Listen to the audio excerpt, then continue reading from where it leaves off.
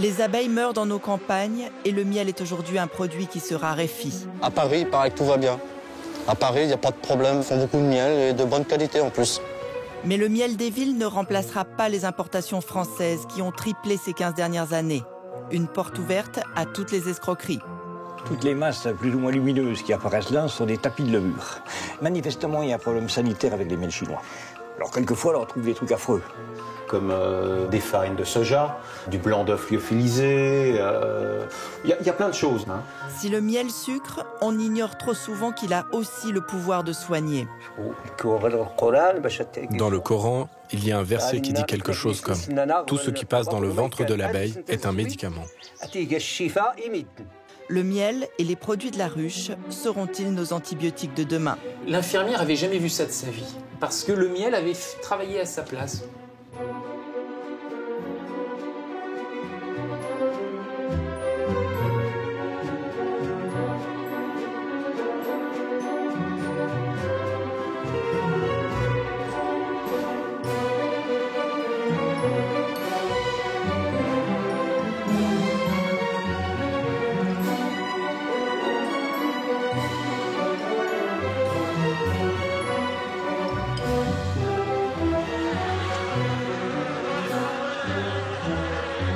Étaler du miel sur nos tartines ne devrait en rien être un acte banal.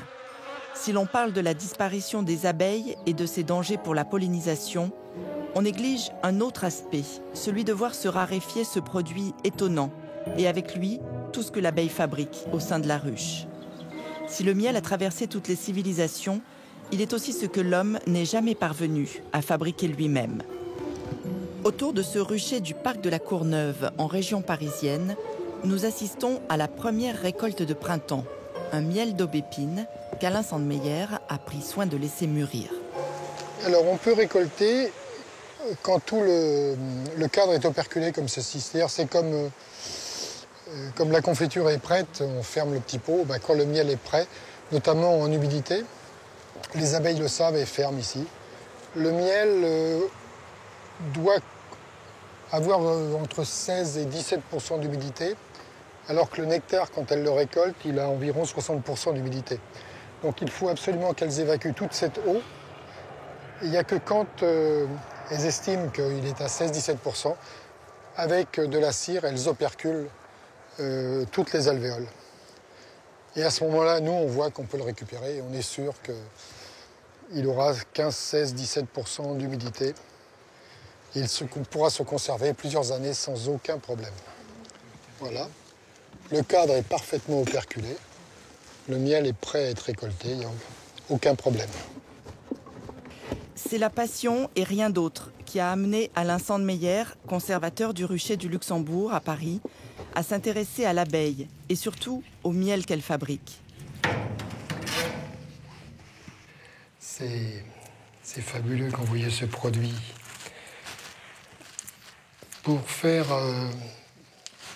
Pour produire 1 kilo de miel, les abeilles parcourent environ 40 000 km.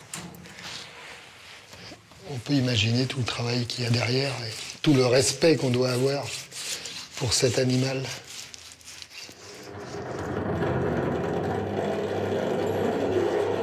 « 40 000 km, pratiquement une fois le tour de la Terre pour fabriquer 1 kilo. Quand cessera-t-on de considérer le miel comme un produit alimentaire au seul pouvoir édulcorant ? Consommer un miel de bonne qualité, c'est se diriger vers les circuits courts.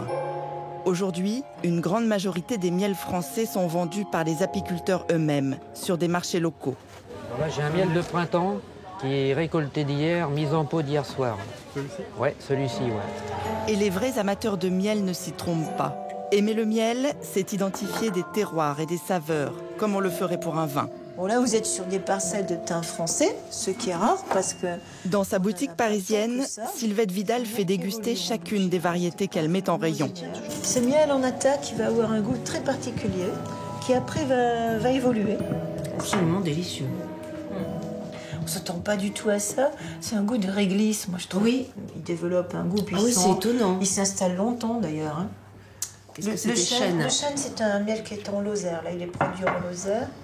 Mais c'est vrai qu'il est plus... Oh, oui, mais là... Il est corsé. Ah, exactement, là on ne peut pas dire le contraire. Et chaque saison peut amener un nouveau miel, à condition de laisser faire la nature. Dès qu'on arrive en septembre, dès que j'ouvre, là les clients arrivent et tous ils me demandent « Qu'est-ce que vous nous avez trouvé cette année ?» Donc je suis tenue tous les ans à les surprendre. Là cette année, il y a un apiculteur, il a mis ses ruches sur un lieu où il y avait du rhododendron. Parce que le rhododendron, c'est un miel assez rare. Mais la floraison a été assez tardive. Et elles ont tout simplement piqué sur d'autres floraisons plus basses. Elles ont été remplir la ruche et ensuite elles sont allées sur le rhododendron. Ce qui fait qu'il n'a pas eu un miel de rhododendron, mais il a eu autre chose, qui était un miel de montagne, un miel de forêt, un miel de montagne, qui était excellent. On a bénéficié de cette erreur. L'année prochaine, peut-être qu'on en trouvera une autre comme ça. Sylvette Vidal connaît chacun des apiculteurs avec lesquels elle travaille. C'est loin d'être le cas des grandes enseignes. On importe en France la moitié de ce que l'on consomme.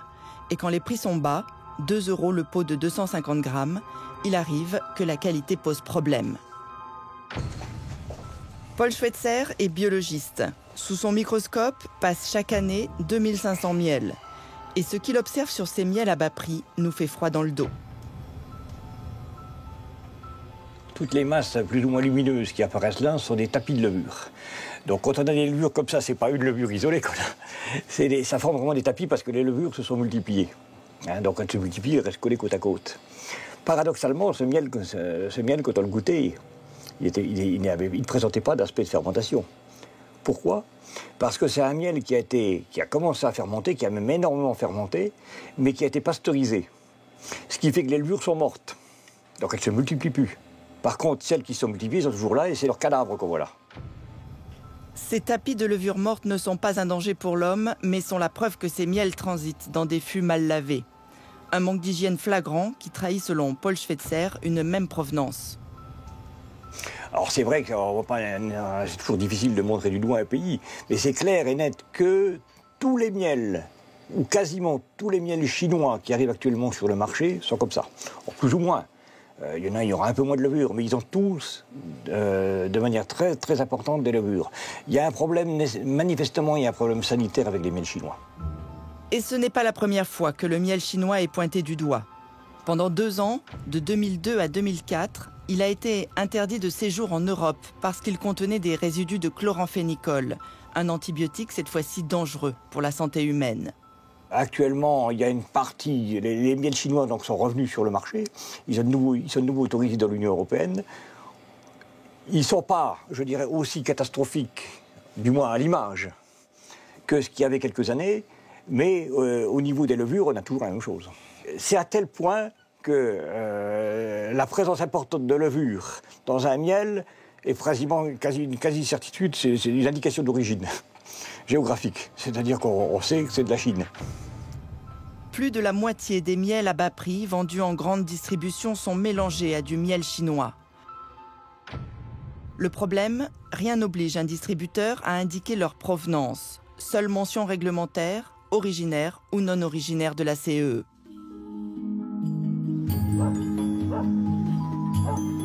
Pour aller cette fois-ci déguster un miel d'exception, nous sommes allés au Maroc. Dans cette vallée du Souss, à près de 100 km au nord-est d'Agadir, on récolte un des meilleurs miels du pays. Et tout est réuni pour ça. Un climat ensoleillé toute l'année, une nature variée, préservée et généreuse. Ce n'est pas pour rien qu'on appelle cet endroit la vallée du paradis.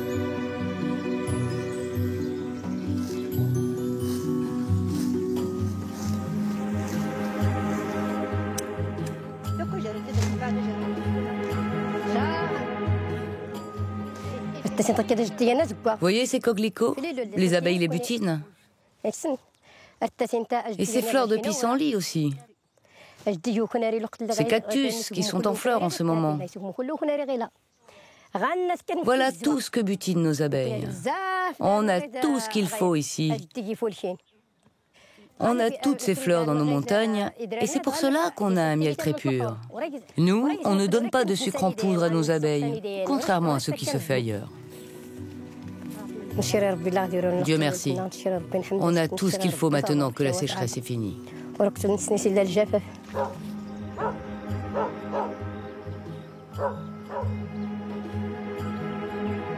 Et pour peu que les saisons soient bonnes, le miel est ce qui fait vivre tout le monde ici, et depuis plusieurs générations. Un savoir-faire ancestral que rien n'est venu perturber, hormis quelques aléas. Il y a eu des moments très durs où nous devions nous déplacer vers le nord à cause de la sécheresse. Et puis aussi une année où le criquet pèlerin est venu tout envahir ici.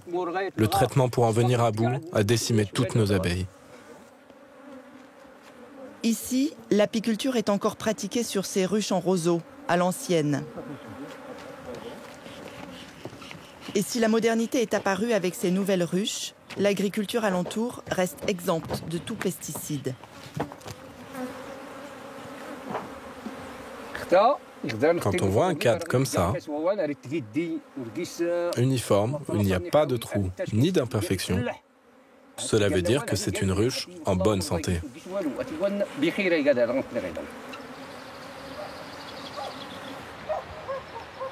Dans ces régions, le miel s'invite dans toutes les cérémonies et les repas de fête. Il est ce qu'on offre en premier aux invités, et dans cette famille, on produit jusqu'à 5 variétés. Ça, c'est du miel de forbe, du miel de thym, et ça, du miel de caroubier. Et ça, c'est de l'huile d'argan.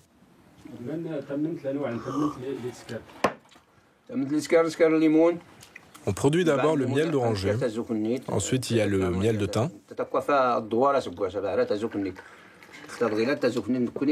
C'est la récolte la plus importante de l'année. Après le thym, on a le miel de forbe.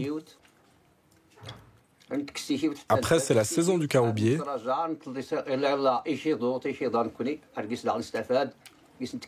Ça permet à nos abeilles de reprendre des forces. On les élève là le plus longtemps possible. Et à la fin de l'année, on les laisse butiner les fleurs d'amandier. Et parmi toutes ces variétés, c'est le miel de thym à qui l'on consacre une attention particulière. Le miel de thym de la région d'Idaho-Tanan, c'est le meilleur du pays. On dit ici que c'est le miel des miels. Il est de très bonne qualité. C'est pour cela que c'est un miel recherché dans tout le Maroc. Et ce miel de thym que l'on fabrique ici depuis toujours est un miel qui pourrait devenir rare. Cette rencontre avec ce vieil homme nous a interrogés.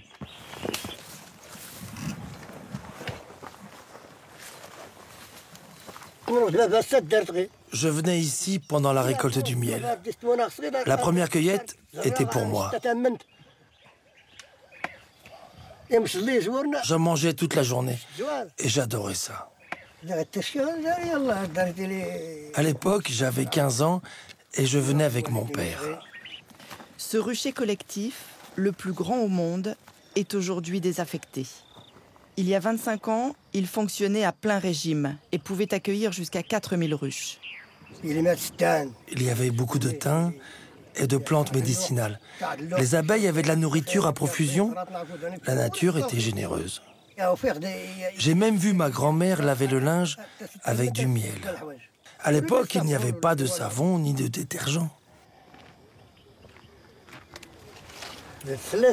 Regarde.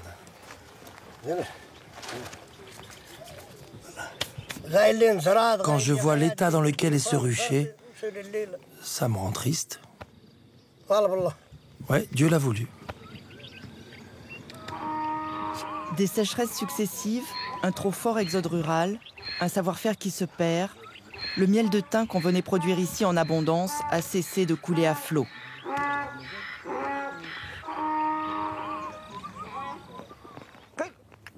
Aujourd'hui, au Maroc, on voit même poindre une pénurie sur ce miel de thym. Son prix n'a jamais été aussi élevé et la demande reste forte.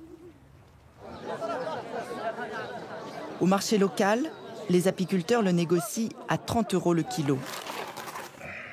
Un prix désormais prohibitif pour l'exportation quand on sait que le prix d'un très bon miel en France s'achète aux alentours de 18 €.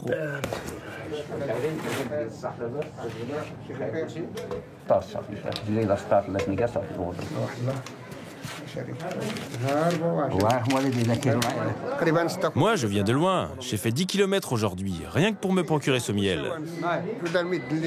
Les gens l'achètent même s'il est cher. Quand ils n'ont pas les moyens, ils se débrouillent pour en acheter une petite quantité, mais ils l'achètent.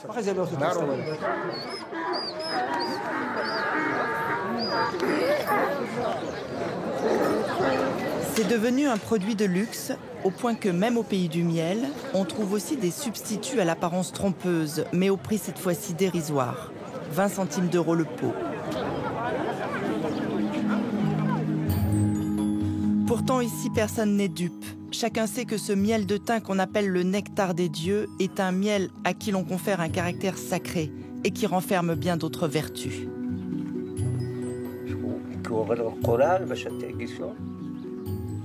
Dans le Coran, il y a un verset qui dit quelque chose comme « Tout ce qui passe dans le ventre de l'abeille est un médicament ».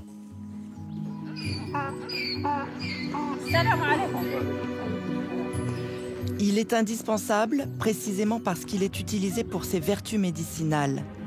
Dans ces régions isolées où souvent la route n'arrive pas, le miel de thym est le médicament de tout le monde. Et il soigne à peu près tout. Si l'un de nos enfants est malade, qu'il a mal au ventre, on lui donne une cuillère de miel et ça part. Quand quelqu'un a une petite blessure dans l'œil, on met un peu de miel dessus et ça passe.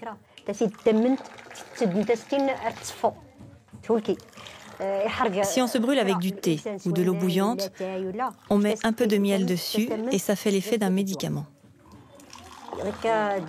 Il arrive qu'on mélange aussi ce miel avec des plantes médicinales comme l'armoise blanche, l'origan, la lavande.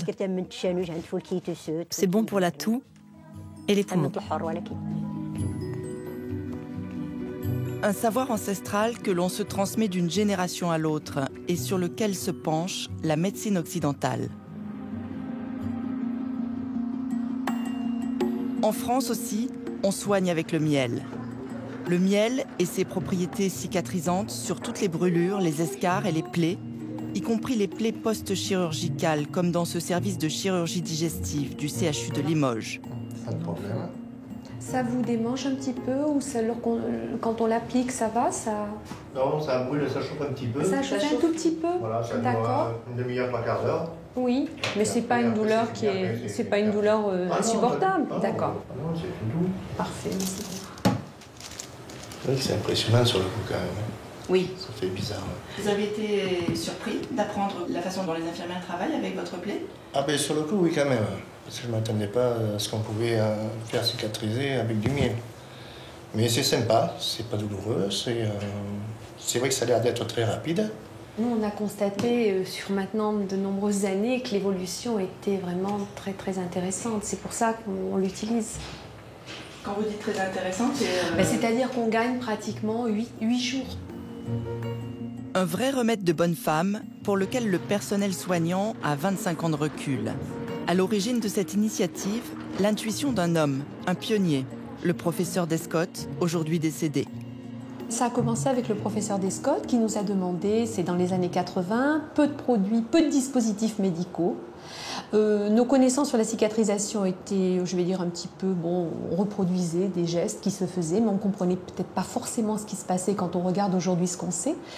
Donc il nous a lancé sur cette piste avec le miel et il nous a dit allez, on part sur une recherche. Et voilà, un noyau dans l'équipe s'est vraiment motivé et passionné pour ce travail parce qu'il y avait le miel, parce qu'il y avait la cicatrisation et c'est parti comme ça. Il a en tout cas été miraculeux pour l'alpiniste Antoine Bonfils. S'il peut aujourd'hui marcher, c'est qu'il a instinctivement compris ce que ce produit pouvait lui apporter. Rescapé d'une ascension de l'Everest en 2008, amputé de ses 5 orteils, il a utilisé du miel de thym pour cicatriser sa plaie sous les conseils de ce professeur Descotte. Ma mère avait lu un article dans une revue de santé sur le professeur Descotte et son travail au CHU de Limoges.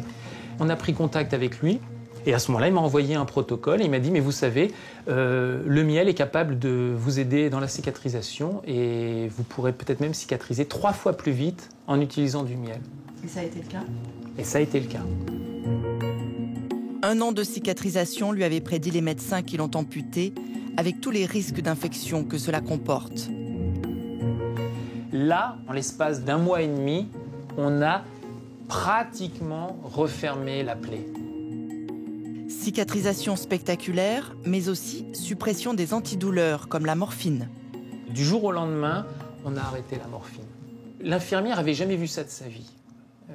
40 ou 35 ans de métier, elle n'avait jamais vu ça de sa vie. Alors elle ne savait même pas quoi faire.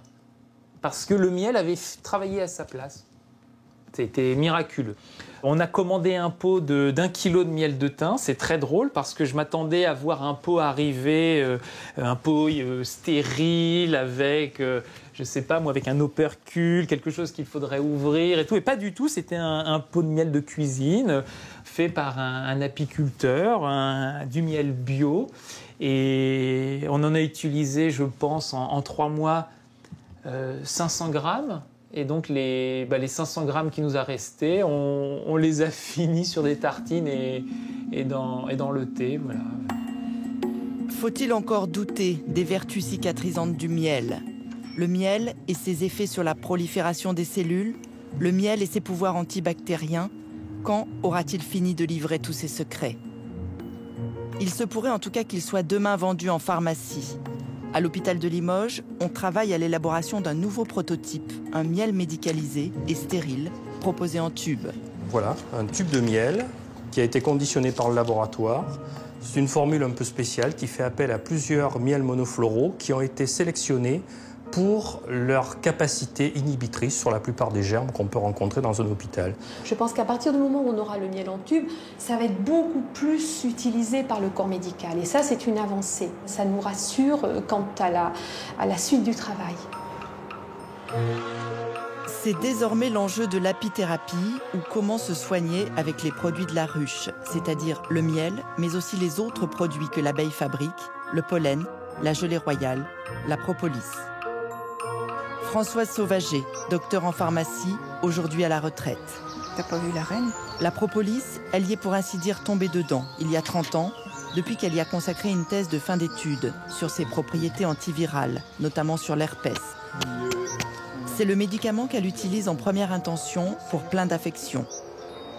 C'est au fond de son jardin, situé dans la banlieue de Rennes, où elle a installé une vingtaine de ruches, qu'elle se la procure.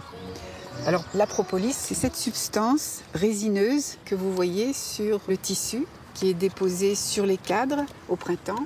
Et les abeilles qui ont horreur des petits trous vont donc propoliser, elles vont boucher les trous. C'est aussi leur médicament parce qu'en fait, elles l'utilisent pour tout un tas de choses. Pour éventuellement embaumer les cadavres des intrus qui rentrent, par exemple des grosses masses comme des mulots, des limaces, des souris, des lézards qui peuvent rentrer dans la ruche. Ils sont tués par le venin, mais pour éviter la putréfaction liée à la présence des germes intestinaux, elle recouvre complètement de propolis et c'est complètement aseptisé. Et c'est comme les Égyptiens qui utilisaient cette propolis pour momifier les corps, les abeilles utilisent la propolis pour momifier les intrus qui sont rentrés dans la ruche. Et voilà aujourd'hui que ce produit vieux comme le monde revient en force pour pallier le problème de la résistance à certains antibiotiques. Effectivement, dès la fin du 19e, début 20e, fin 19e surtout, lorsque les synthèses chimiques sont apparues, on a eu tendance à oublier ces produits-là d'origine naturelle. Mais maintenant, avec le problème des germes hyper résistants suite à l'utilisation mauvaise qu'on a des antibiotiques, on a sélectionné des mutants qui du coup résistent à tout, pratiquement tous les antibiotiques. Par exemple, le staphylocoque doré, qui est dit méticillino-résistant, il est souvent résistant à plein d'antibiotiques, plusieurs familles d'antibiotiques, et même à la vancomycine, qui était l'antistaphylococcique majeur il y a encore 20 ans, 15 ans. Et maintenant, on se retrouve avec des germes résistants à tout. Et dans ce cas-là, la propolis en particulier est une réponse efficace. Et c'est sans compter ses applications en cancérologie. Propolis et chimiothérapie font l'objet aujourd'hui dans le monde médical de nombreuses études cliniques. Patrice Percy-Dussert, près d'Agen, vend de la propolis. Il est en lien avec des oncologues français pour faire avancer la cause de ce produit trop longtemps tombé dans l'oubli. Mais lui, c'est surtout un autre produit de la ruche qu'il explore depuis 15 ans. Ancien apiculteur, c'est aujourd'hui un négociant, mais c'est aussi le plus grand spécialiste du pollen, ou plutôt des pollens, car son travail, c'est d'avoir dissocié les vertus pour la santé de chacun d'entre eux. Il rentre tout juste d'Andalousie où il est allé en chercher un qu'il ne trouve pas en France, le pollen d'une fleur qu'on appelle le cyste. Donc ce sont des images qui ne sont pas faciles à prendre, parce que l'abeille, c'est un animal qui est très, très mobile sur les fleurs. Sur ces images qu'il a filmées lui-même, ces petites pelotes issues du pollen des fleurs que l'abeille récolte avec ses pattes arrière et ramène à la ruche pour nourrir la colonie, renferment une richesse nutritionnelle exceptionnelle. Dans le pollen, vous avez ce qu'il y a dans les fruits et des légumes, mais à des concentrations qui sont colossales. Par exemple, dans une cuillère à soupe de pollen de cyste, 15 grammes, vous avez 40% de l'apport journalier en vitamine E. Alors, la vitamine E, c'est une vitamine, la population française est en moyenne carencée de 30% de l'apport journalier recommandé. Donc une cuillère à soupe, ça pourrait pallier à cette carence. Mais ça apporte aussi des polyphénols. On parle des polyphénols, par exemple, du vin rouge. Mais vous prenez du pollen de châtaignier et il va apporter dans une cuillère à soupe autant de polyphénols que dans 4 ou 5 litres de vin rouge ou de thé vert. C'est la richesse nutritionnelle, le pollen. Et son credo, c'est de dire qu'il faut consommer le pollen frais, afin que celui-ci garde toutes ses vertus. Il a ainsi breveté un procédé de congélation et de mise sous azote qui lui permet d'en distribuer plus de 50 tonnes chaque année dans des magasins de vente au détail.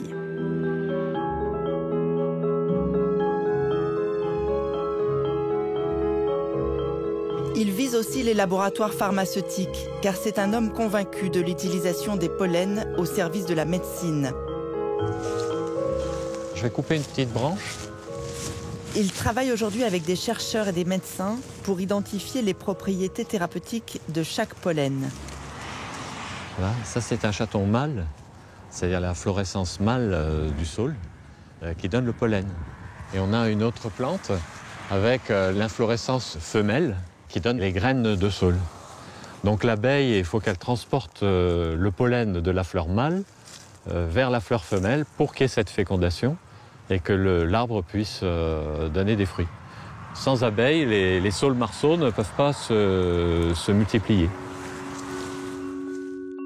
Sait-on par exemple que ce pollen de saule, butiné et transformé par l'abeille, intéresse au plus haut point la médecine pour ses promesses sur la DMLA, une dégénérescence oculaire liée à l'âge qui affecte 30 millions de personnes dans le monde. Le pollen de saule, c'est un des pollens les plus riches en protéines et en micronutriments. C'est notamment très riche en caroténoïdes. Il contient autant de caroténoïdes que les carottes, par exemple. Mais ce ne sont pas les mêmes caroténoïdes. La carotte, c'est surtout du bêta-carotène. Et le saule, c'est de la lutéine et la zéaxanthine qui sont très précieux pour protéger la rétine de la dégénérescence maculaire liée à l'âge. Et ça n'est qu'un exemple parmi d'autres pollens qui renferment d'autres propriétés que la recherche scientifique commence à peine à explorer. Mais le plus gros combat de Patrice Percy-Ducerre, c'est l'approvisionnement. La France représente à peine 15% de ce qu'il parvient à acheter et d'année en année, il a de plus en plus de mal à en trouver. C'est un mélange de prunier, fleurs de prunier, donc voilà, et dessous il y a du saule. C'est-à-dire que les abeilles sont passées du saule au prunier. Là, c'est récolté tous les 4 jours, donc là, les 2 tiroirs, on a ramassé 500 grammes. Il a pour mission cette année d'en trouver 20 tonnes s'il veut maintenir son entreprise et ses 16 employés. Et c'est avec la Roumanie qu'il négocie, un pays où il est sûr de se fournir en pollen bio. La Roumanie, c'est le pays d'Europe où il y a le moins de pertes d'abeilles, où les abeilles sont en pleine santé. Il y a des régions entières comme la Transylvanie, les Carpates, qui n'utilisent aucun pesticide, quasiment aucun pesticide, parce que c'est une petite agriculture vivrière. Et ils n'ont pas les moyens très pauvres, et ils n'ont pas les moyens d'acheter des pesticides. Ils se débrouillent sans, comme on faisait il y a 2 siècles en France. Il téléphone ce matin à sa collaboratrice qui est sur place. Bonjour Frédéric. Bonjour, comment allez-vous? Eh bien ça va, ça va. Il est un peu inquiet car rien n'est joué d'avance. L'année dernière, il a eu un gros souci avec un fournisseur roumain. Il fait bon comme tout, donc c'est très bien. À quel stade en sont les saules là-bas? Les saules, alors bon, ça dépend des régions, mais ça commence à fleurir, mais voilà, ça va vraiment exploser dans une semaine, pas avant. Non, vraiment, je ne suis pas inquiète sur les quantités que nous devrions avoir. On va pouvoir couvrir nos besoins sans aucun problème. Génial. Donc vraiment, ce partenariat a vraiment fait un grand succès, quoi, un grand succès, très bonne écoute. Je suis bien rassuré parce que j'étais assez angoissé pour ça. Ouais, mais non, vraiment, les nouvelles sont bonnes. Sur les 2 apiculteurs que nous avons rencontrés avant, les 2 nous ont donné de nouveaux contacts. Donc, on dort mieux le soir. Oui, moi aussi, je vais mieux dormir. Hein. Écoutez, bon courage et puis à vendredi. Merci beaucoup, à vendredi. Au revoir. Au revoir, au revoir. Vous avez l'air... Ça soulève l'émotion parce que... C'est une carte majeure pour l'entreprise. Ça représente le tiers de nos achats. Si on les rate, on est foutu. Le tiers des achats. Vous vous rendez compte? Mais une société comme ça, il reste 5, 6, 7% de bénéfices à la fin de l'année. Et si on n'a pas le pollen à vendre, on a les frais qui continuent à courir. Et c'est très fragile, vous comprenez? Voilà, c'est ça. Donc c'est tous les jours de la bagarre comme ça, et c'est difficile. Patrice Percy-Ducerre parviendra malgré tout à acheter cette année 18 tonnes en Roumanie. Le pollen français deviendrait-il lui aussi un produit rare? C'est déjà le cas pour la gelée royale, ce concentré de vitamines et d'acides aminés qui aurait un effet booster sur notre santé. Au sein de la ruche, la reine seule s'en nourrit et c'est ce régime exclusif qui lui confère une longévité 40 fois supérieure à celle des abeilles ouvrières. C'est dire le pouvoir de cette substance. Seule une poignée d'apiculteurs ont choisi d'en produire, comme Rémi Pellissier, que nous sommes allés rencontrer dans le Cher. La production nationale couvre 2% à peine de notre consommation. Là, vous voyez, j'ai beaucoup de chance. Je cherchais la reine et je la trouve sur le premier cadre.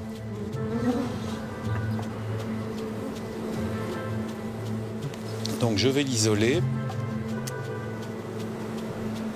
Donc je vais la reposer de ce côté-là. Produire de la gelée royale, c'est entamer un jeu de cache-cache avec les abeilles.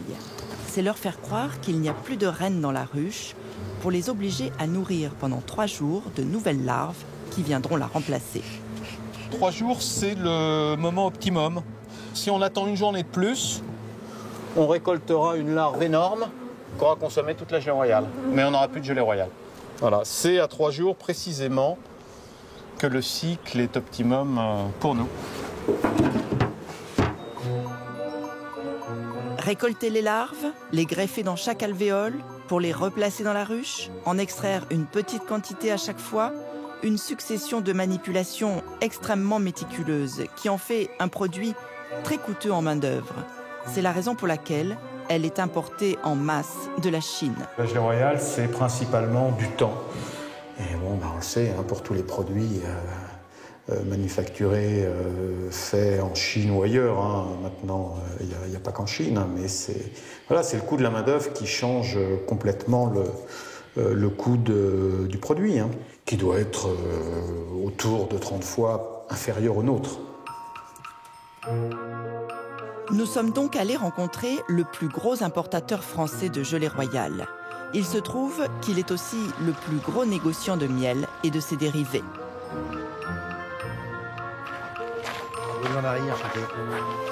La société familiale que dirige Benoît-Marie se situe dans la banlieue nantaise. 23 magasins en France, mais aussi de la vente par correspondance. Et depuis peu, un tout nouveau business, les produits de la ruche déclinés en version spa, avec massage et tout et tout. La gelée royale, il sait la fabriquer. Il a d'ailleurs quelques ruches témoins, juste pour les visiteurs. S'il a choisi de ne plus en faire, c'est pour se consacrer entièrement à la production de miel. Les variétés d'abeilles qui sont bonnes pour la gelée royale ne sont pas automatiquement les meilleures pour la production de miel. On peut difficilement associer une performance en production de miel et une production de gelée royale. Aujourd'hui, toute la gelée royale vendue par sa société vient de Chine. Une question de coût, même si l'homme d'affaires ne tient pas à rentrer dans les détails. Famille Marie, il en écoule combien chaque année de gelée royale? Quelques tonnes. Voilà.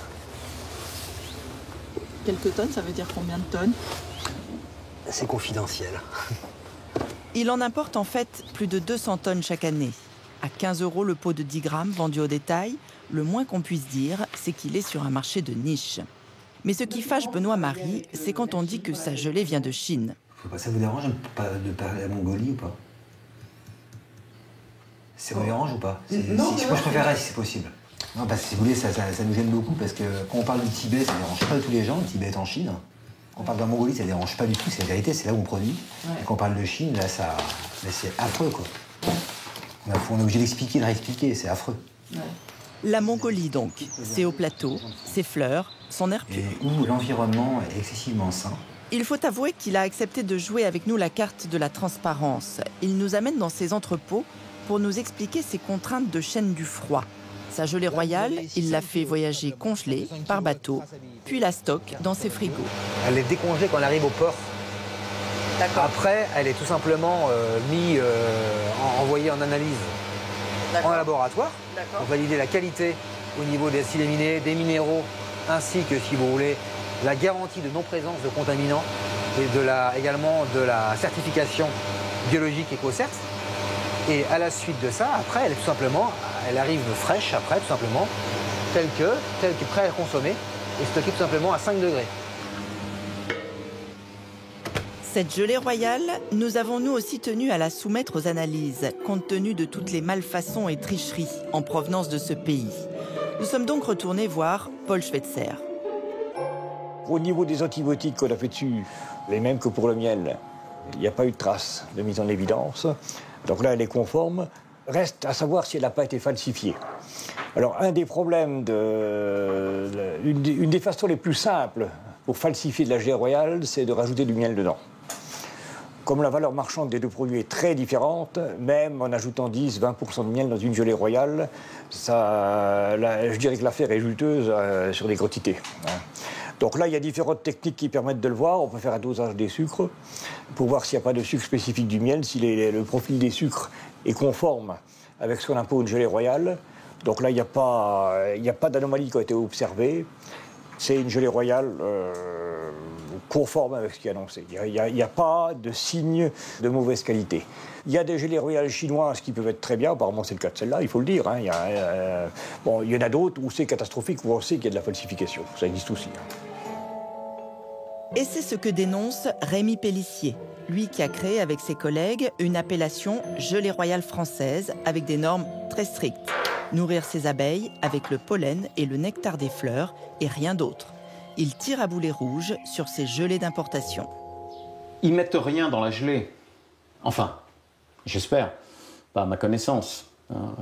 C'est surtout au niveau du suivi des colonies, des ruches, où il peut y avoir, je dis bien il peut y avoir, pas systématiquement, mais dans certains cas de figure, quand la nature n'est pas là pour amener les éléments nécessaires aux abeilles pour la sécrétion de la gelée royale, ils peuvent amener des produits que nous, on s'interdit d'amener pour remplacer le nectar et le pollen. Du style ? Du style, pour le pollen, on peut le remplacer par la levure de bière, on peut le remplacer par des farines. Donc ce qui est le plus employé là-bas, c'est des farines de soja, potentiellement transgéniques. Voilà, des produits comme ça, des produits comme du blanc d'œuf lyophilisé.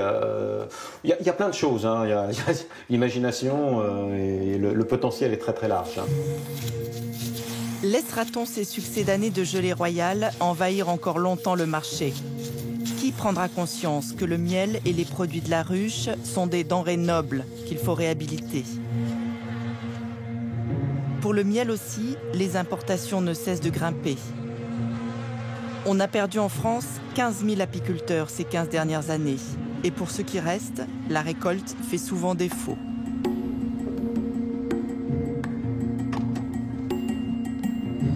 Loïc Leray, apiculteur dans la campagne nantaise.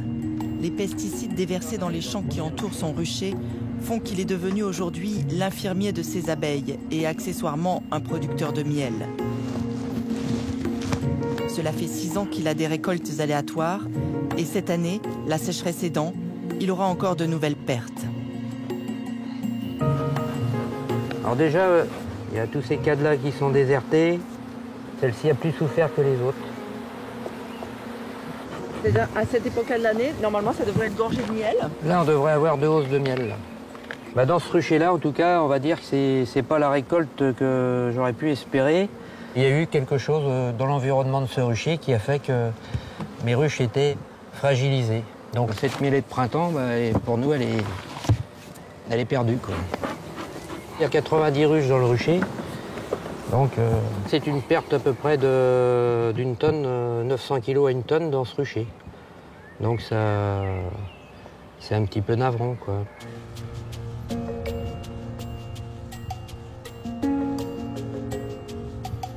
Un constat qui a amené Loïc Leray à repenser son activité d'apiculteur loin des campagnes. Et ce n'est pas un hasard s'il a choisi de poser des ruches dans le jardin du Conseil régional, en plein cœur de la ville de Nantes. Une façon pour lui de s'allier le monde politique. Et surprise, on découvre des hausses gorgées de miel. Bondées d'abeilles. Voilà, c'est signe de bonne santé. Hein. Magnifique, ils sont beaux. C'est la récompense pour nous, ça. C'est super. C'est une joie renouvelée année après année de voir les ruches au printemps comme ça qui partent. Et c'est le signe effectivement de l'abondance, voire de la surabondance, quoi, quand c'est comme aujourd'hui. Et c'est d'autant plus pour ça quand les ruches effectivement meurent que ça fait vraiment mal au cœur. Ah, tu vois, ça commence à devenir intéressant. Il va falloir bientôt te munir d'un escabeau pour venir voir le rucher. Des acacias. Des ruches sur les toits des immeubles, voilà. La ville serait-elle devenue le nouvel Eldorado des abeilles, l'unique refuge possible pour cet insecte pollinisateur? Ne serions-nous pas juste un peu manipulés? Bon, à Nantes, il n'y a pas de produits pesticides qui sont mis sur les espaces verts, donc ça permet aux abeilles de travailler sans problème. Là, on va regarder un petit peu. Et pourquoi certaines sont plus remplies que d'autres? Ah ben, elles commencent très habituellement à remplir par le milieu, hein, et donc voilà, là déjà un cadre de côté qui est quand même bien rempli. Voilà, ouais, je retrouve les sensations que j'avais, c'est-à-dire avec de belles colonies. Pas le souci d'arriver dans le rucher en se disant qu'est-ce que je vais trouver. Des abeilles mortes devant la ruche, une colonie affaiblie comme dans le rucher qu'on a pu voir précédemment. C'est rassurant, mais quelque part, hein, il faut bien le dire et le redire, la place de l'apiculture, elle est bien en milieu rural et ces abeilles sont là un petit peu pour alerter. Un exode rural a bien lieu, celui des abeilles. Un mouvement est né qui se répand désormais dans toutes les grandes villes, l'abeille, sentinelle de notre environnement. L'idée, installer des ruches partout où elles sont visibles et surtout sur les toits des grandes villes, afin de crier haut et fort que les abeilles meurent dans nos campagnes. Une manœuvre politique, mais qui a fait mouche au point de déclencher une mode. C'est ce qui a permis à Nicolas Géant de s'inventer un métier un peu atypique. Il livre et s'occupe de la maintenance de ruches pour le compte des entreprises. Tous les essaims sont réservés pour cette année. Il me reste des ruches peuplées pour juin, si ça vous intéresse. Tout est réservé. C'est assez marrant, parce que moi je suis apiculteur depuis 25 ans, donc je connais bien l'abeille. Il y a 25 ans, 20 ans, 15 ans, même 10 ans, on parlait d'abeilles, enfin personne ne me posait des questions, tout le monde se fichait royalement de l'abeille. Et tout a basculé il y a 5 ans, il y a même pas maintenant, il y a 3-4 ans, où là on est devenus des gens écologiques, fabuleux. Je passe la moitié de mes dîners à être bombardé de questions sur les abeilles. Donc c'est assez étonnant. L'abeille est devenue à mode depuis à peu près 3-4 ans. Alors qu'avant, jamais on ne parlait... Vous voyez, tout ça c'est les acacias encore. Tout le long c'est les acacias. Et là ils sont en pleine fleurs. Là. Les grappes blanches qu'on voit, c'est les fleurs d'acacia. Bon, il est en fleurs depuis seulement 2 jours, hein, donc ça commence. Vous voyez là aussi, là à droite, là. Donc là, les filles vont se régaler là. Regardez là tout ça. Et si on regarde bien, c'est très étonnant, Paris est très vert. mais comme toutes les grandes villes. Et encore, on est beaucoup moins vert que des villes comme Berlin ou Londres. Il a 4 ruches à livrer ce matin sur les toits de la Défense. Tout un symbole pour les entreprises et leurs salariés.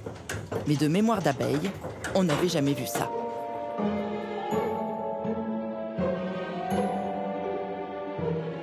Elles vont être très bien là. Elles n'auront pas le soleil du matin, mais après elles auront tout le soleil jusqu'en fin de journée. Elles seront très très bien. Et on enchaîne, cette fois-ci à Montreuil. Monsieur Viol, bonjour. Monsieur Géant, bonjour. Vos 2 ruches. Content de vous accueillir, on va aller voir. L'apiculture urbaine, parfois un sport d'endurance. Voilà pour la première. Et voilà. Ça vous convient, l'emplacement? On recule un peu, on avance, on resserre. C'est vous qui nous dites maintenant. Moi, là, on sait qu'on est dans la partie qui leur sera réservée. On va se reculer un peu, je vais ouvrir. Ok, d'accord. Qu'on puisse les libérer. Donc là, elles vont sortir, elles vont faire 3 tours autour de la ruche pour se rebooter entre guillemets le GPS, voir par rapport aux rayons du soleil où elles sont situées, et après, elles vont pouvoir partir travailler. Chercher nectar et pollen. Et là, il y a combien d'abeilles dans la... Là, il y en a environ 40-50 000. 40-50 000 abeilles, il y a une reine, et là, en ce moment, il y a à peu près 1500 à 2000 mâles. C'est ce qu'on appelle les faux bourdons. D'accord. Et eux ne travaillent pas, si ils travaillent. Ils travaillent et puis... Ah oui, d'accord, aussi. Ils travaillent, leur métier est de féconder les reines. C'est un joli métier. Quelle chance. Ah oui. Il ne faut pas que ce soit trop vanté non plus, non? Non, ça, les abeilles n'aiment pas le vent. Mais là, on va être bien abrité, donc il n'y a pas de souci. Un moyen aussi pour l'entreprise d'obtenir le fameux label bâtiment HQE, haute qualité environnementale. Il y avait parmi les critères l'installation de ruches. Et j'ai trouvé ça tout à fait, sympathique et tout à fait naturel. Donc je trouvais que ça faisait partie de tout un ensemble. Et ça fait encore plus parler, bien évidemment, que la suppression d'une imprimante sur 2. Parce que ça ennuie tout le monde. Alors que là, les ruches, tout le monde a été un peu surpris.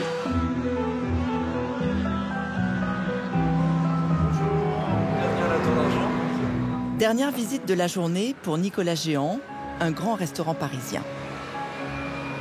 Il y a posé 6 ruches qui, depuis 4 ans déjà, produisent le miel maison, le seul proposé sur la carte. Cette année encore, il n'est pas inquiet pour la prochaine récolte. Ça bouge bien, là. Belle activité.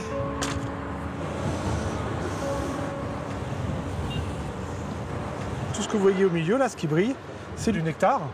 Et les abeilles sont tranquillement en train de le transformer en miel. Car à l'inverse du miel des campagnes, Nicolas Géant n'a jamais de mauvaises surprises sur ses récoltes. La quantité est souvent au rendez-vous.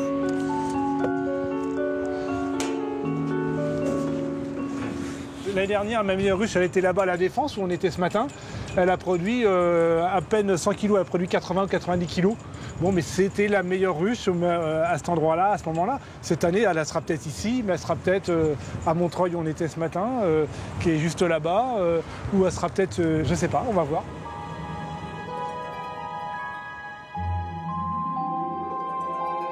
Ce miel récolté dans les grandes agglomérations est-il aussi irréprochable qu'on nous le dit? Quid des gaz d'échappement, de la pollution des villes? Pour en avoir le cœur net, une ultime visite chez notre fidèle expert, Paul Schweitzer. On a recherché donc la présence de polluants type métaux lourds, l'arsenic, le cadmium, le plomb et le mercure. Bon, c'est les métaux lourds de base, hein, donc là, il n'y a rien d'anormal. Ensuite, on a fait doser les HAP, c'est-à-dire c'est ce qu'on appelle les hydrocarbures aromatiques polycycliques. C'est essentiellement la pollution automobile avec des composés qui se retrouvent dans l'atmosphère. Il y a une quinzaine de molécules qui ont été recherchées. Sur une quinzaine, on a trouvé donc des traces du fluoranthème, du chrysène. Il faut savoir quand même que tous ces produits-là, on va en trouver plus ou moins dans tous les miels. Bon, c'est pas pour ça que le miel devient dangereux, parce que je dirais qu'aux doses là, il faudrait consommer des quantités astronomiques de miel pour avoir des conséquences. Si l'abeille supporte mieux la pollution des rues que les pesticides dans nos campagnes, le miel des villes deviendra-t-il celui que l'on consommera à défaut de tous les autres? à un vol d'abeilles au nord de Paris, Aubervilliers. La ville tient le haut du pavé avec ses 6 ruches. L'an passé, elle a récolté 350 kilos et cette année encore, dans cette piscine municipale, le miel du cru s'invite à la fête. Et voilà, je suis à quelque part dans la prairie. Elle se décolle bien. Une occasion de plus pour Henri Clément, apiculteur dans l'Hérault, d'éveiller les consciences, de faire du lobbying auprès des élus. Et vous êtes maire d'Aubervilliers, vous êtes député aussi ? Et pour dire qu'il faut sauver nos abeilles et que le miel pourrait demain nous manquer, toutes les astuces sont bonnes.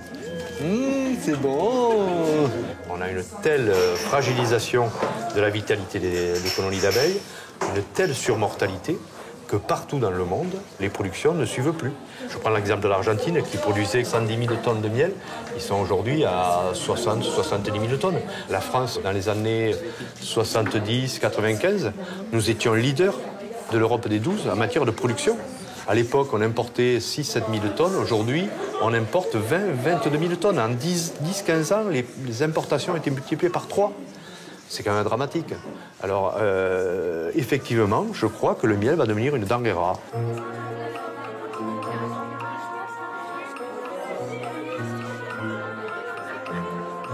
Et face à cette rareté qui se profile, ne risque-t-on pas alors de voir arriver sur le marché de plus en plus de faux miels ou des miels de moindre qualité, fermentés, altérés, impropres à la consommation et surtout sans plus aucune vertu pour notre santé ?